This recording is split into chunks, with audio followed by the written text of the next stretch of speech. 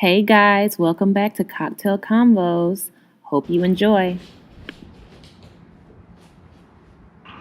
Cocktail combos. Cocktail combos. Cocktail combos. Cocktail combos. Cocktail combos. Cocktail combos. Hey guys! Hey guys! Thank you for joining us with another episode of Cocktail Combos. Okay, so today we're going to be talking about, our usual thing. A little A little this, little that. What we're going to start off with? Let's start off with a question because we really enjoy doing the questions at the beginning. We did. Okay. So our question is, can a relationship go back to being the same after someone cheats? What do you think? No, it cannot. I think after someone cheats, you can work it out. You can learn to forgive. You can, regain that trust or work on regaining the trust. But I feel like that innocence that was once there is lost. Right. And you won't necessarily be able to get it back. However, you never know. Maybe the trust that you've regained and the work that you put into it will bring you guys closer together. Right, than you were before. Yeah. I don't know. I guess it depends. Everything is situational. Who you cheated with, what you was doing, how long it was going. All those things come into play. Because if it's my cousin, my sister, right, or my bitch that I saw and you friend. said it wasn't, but it was. Yeah. That type of stuff is a deal breaker for me. Because not only did you lie, but you was cheating. And not, even if it's somebody I don't know, if that bitch was in my house, in my bed, that's a deal breaker. So that's a deal breaker. So that's true. It's very situational. That's true. A case by case thing. So what do you like? Do you think that you will always be insecure in your relationship if someone was to cheat on you? Oh, I think for a long time that I would be insecure. In your head, you always want to say, if somebody cheated, it's not because of me, it's what they have going on. Right. However, in the back of your head, you're thinking, was I not enough? Right. Was it something that I wasn't doing that made him go out and do blah, blah, blah? You can be as confident and as strong as you want to be, but there are always still those little thoughts in the back of your mind. Or even with, like, you call them and they're not answering. Your mind is going to take you to, what are they doing right now? Yeah. What are they doing? Why they could be simply in the shower. But you over here, like, freaking out, like, oh my God, what are they doing? Just because they've had that history before. Yeah. So that kind of makes the transition. We are not saying that Steph Curry has cheated on his wife, but insecurities in a relationship. Yeah. So Ayesha did an interview She this did. week with the Red Table Talk. Is that what it's called? With Jada Pinkett, and very controversial things were said by her. Oh my gosh. We're gonna share the audio, what she said, and then we'll give our take on how we felt about what she said. All right, listen up.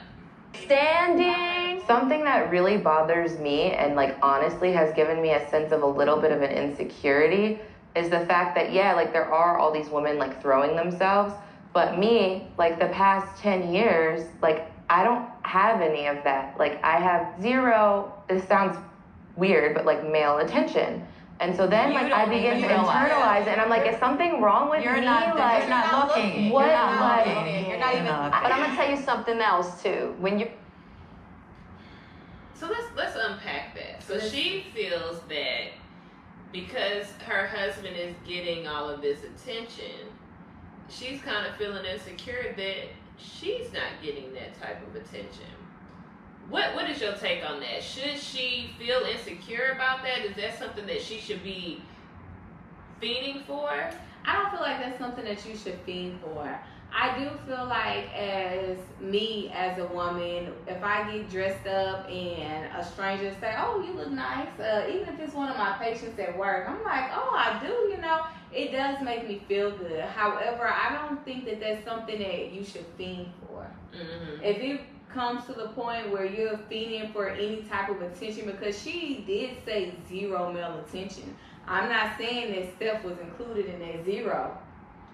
But it she could be, said yeah. zero male attention. Mhm. And if she feels like she's not getting that from her husband, and when she goes out in public, she's not getting it from anyone at all, I can kind of see why Where she she'd be may insecure. be a little insecure, especially since the fact that she just had Another baby. her third child. Her body may be changing, Right. and she may not feel as sexy as she used to Right. feel. And just having somebody saying, "Oh, you know, your outfit is cute Mhm. today," or "Oh, you working it," or something, it might make her feel a little better about herself. Right.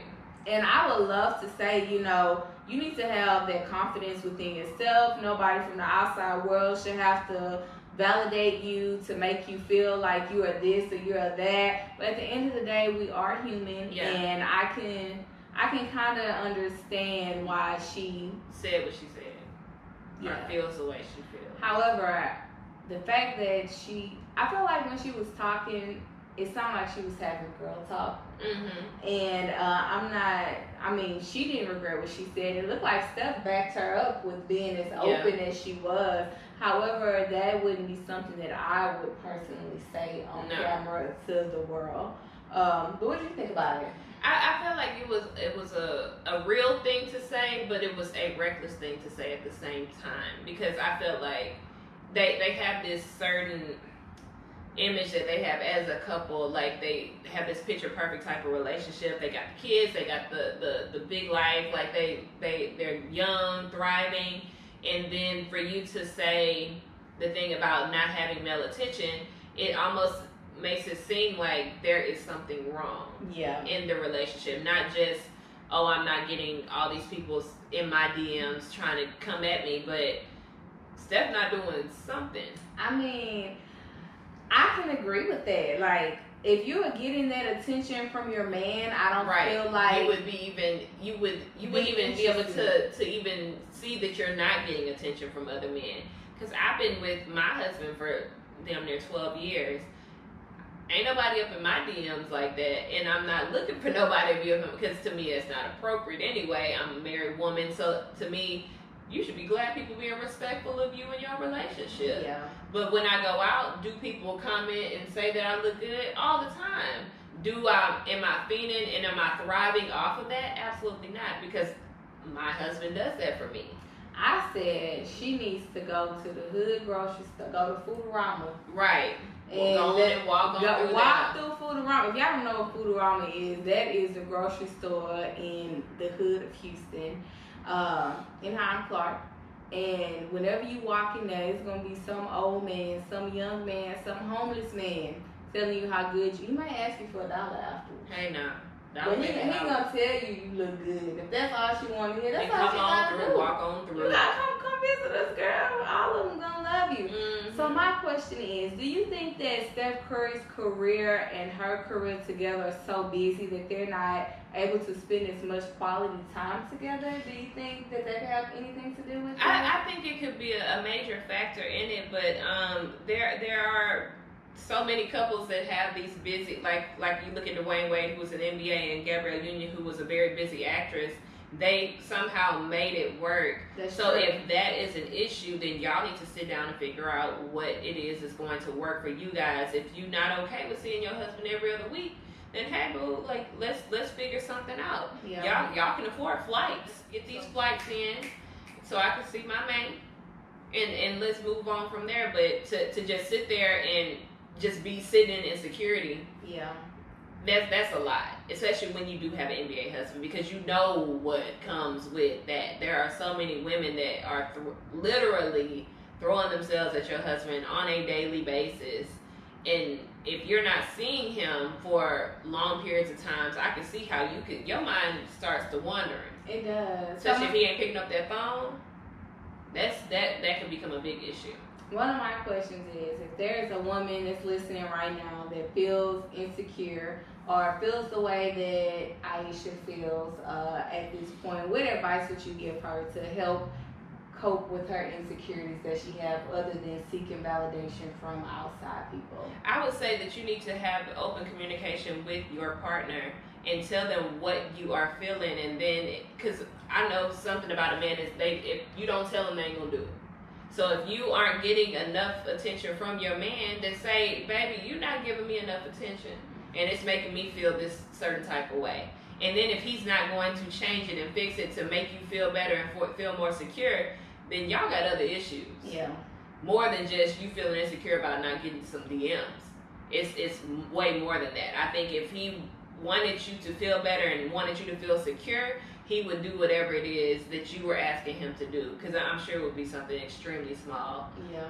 Just something as simple as, babe, every time you see me and I bend over, I need you to slap my ass. It needs to happen every single time. If you can't do that, that's something simple. But I think it starts with communication. You can't just be sitting there insecure and not say shit. Yeah, I agree. I completely agree. So we will move on to our next topic, which is the cock hour. So I know that, I mean, this has made national news, girl, and it just makes me sick to even, it makes me sick to even talk about it, but we got to talk about it because it's a big thing right now. Yeah. So our cock hour, we have awarded that to Brittany Bowens, and if you don't know who that is Maleah Davis, the baby that has been missing for over a week. It's her mama.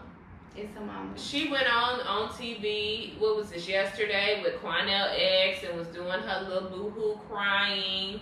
She wasn't even crying. She didn't do it right. She didn't do it right. She was just... It was a mess. It really was. And everybody has really been, I think, was kind of in her corner until that day. Let's talk about the accusations that she was giving out. So basically, she stated that she felt like he had been molesting her. He would take baths, or give her baths. He would take her to daycare and bring her back home without her knowing, and then sending her back to daycare. So she felt like he might have been molesting her. Stated that he had been physically abusive to her, to the child, in the past, and that basically she felt like he had been beating her and molesting this child. But my thing about it all is, if you felt this way, why are you still with this man? Why are you still with this man? And then that's A. B, why did you leave the baby with this man while you went out of town? Because she got a Zeddy. Because he has been very vocal since the baby went missing. Why not leave her with somebody else that you know is not beating her and molesting her, but instead you leave the baby with him? And then they already had a previous CPS case. Yes, they did, because as everybody heard, the baby had just had 3 surgeries on her head. She had a head injury that CPS was like, it couldn't have possibly been her just falling out of it. Your baby is sick right now. And so let's talk about the reason why she left. She stated that she took a plane to go check on her sick father. Once again, it is May? It's the first week of May. First week of May. Her father passed away April 11th, and she stated that she had took a flight to check on her sick father. I'm not sure how I feel about that, because if she would have stated that she had took a flight to check on her father to go to her father's funeral. Or go visit his gravesite, something like that. But here's the kicker, and I just thought about this as we were sitting here. She took a flight to go see her dead father, correct? He was from Houston. Oh. Who you flying with? So, oh my goodness. I feel like the mother's guilty as well. Yeah. I feel like this flight could have possibly been a cover-up for... Did she even take a flight? Did she even take a flight? Do we have evidence of that? I don't even feel like she took a flight. I don't trust her, and it doesn't make sense to me. Even if she had no clue, at the end of the day, you still left your daughter with a man that you know was abusing her, and that you figured was molesting her. You waited almost a week before you even came out and said anything about because they were even saying that he was a suspect at that point. Because let me tell you, if I figured you did anything to my child, the police gonna know right away. Mm-hmm. Because there's no way I'm gonna possibly cover you up or let you go free when I even have the slightest idea. Yes, that you have done something to my baby. Oh, that's so sad. And she was defending him until I feel like because they found samples of her blood in the house, and he is now in custody. But I feel like until they found that blood, she was taking up for him. And I feel like her coming out and throwing him under the bus is a cover. Yeah, she's trying to cover herself up. And she needs to be right next to him in jail. I agree. Right next to him in court, because you put your daughter in a position that a baby should not be in. They shouldn't be in a position like that. Yeah. You know, I've been hearing a lot of cases about child molestation and rape and things lately. And that brings me to the mama say cock you out. Yes. So this case, it popped up across my Instagram, and I was disgusted. And then I had to send it to y'all because I'm just like, what's going on? What's going on? So there was a man that started a mission in Haiti, and I'm assuming it was to spread Christianity and help them out because they're highly impoverished over there. But so there is a man named James Arbo, 40-year-old Mennonite missionary who did the Haiti trips from between 2008 and 2017. Long time. Yeah, that's 9 years. That's 9 years of cutting up. He told the police that he had engaged in sexual acts with a 5-year-old boy while in Haiti, and they actually found out that these acts were with at least 15 boys in Haiti. He was sentenced to 23 years in prison for the abuse, which is that's great. Finally, they're actually putting somebody in prison that belongs there. But that's just a lot. You put this mission on. It's very sick. How do you use God to lure children in that you had every intention of abusing from the get-go?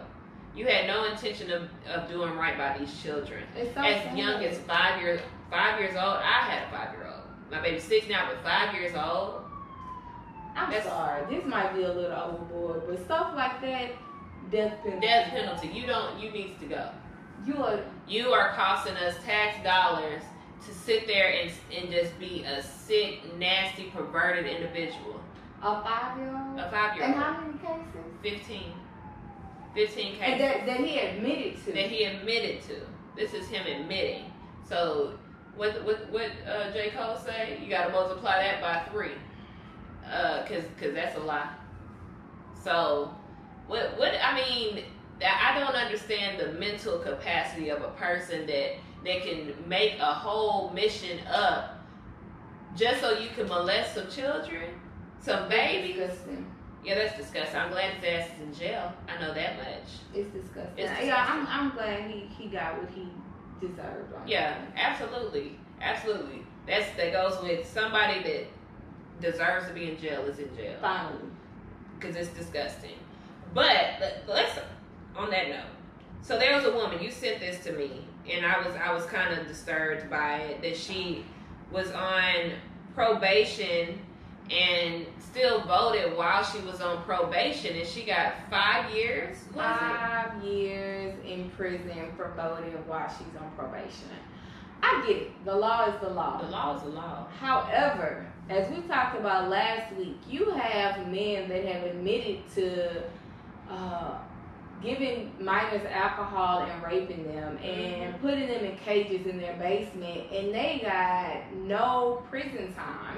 However, you're giving a black woman prison time 5 years for voting. My question is, okay, she voted, but don't you have to give your ID? Don't they? Well, can't you just not count her vote? Yeah, just take it out. What is that hurting? Like, she hurt nobody, but you got people that are sodomizing and raping young girls and boys, and they get probation, and she got 5 whole years in prison for voting while on probation. That doesn't make no sense to me. It doesn't. What do you feel about that law that you aren't able to vote? I don't see the premise behind. Well, I know why they do it. It's race driven and a control thing. But how is them voting? What is that? What difference does that make? That's the same thing with the felon not being able to vote. Why? But They serve their time. You see who that targets though. That targets the Black and Hispanic community. They don't want us voting because they don't want somebody that would support our needs to be in office. So they put us in a position where, oh shit, they can't vote. Now that we take their privilege away from them, so they don't have to deal with whatever they're given. It's really disgusting. It is. It's disgusting. It's very disgusting. But what can we do? Get out and vote. Get out and vote.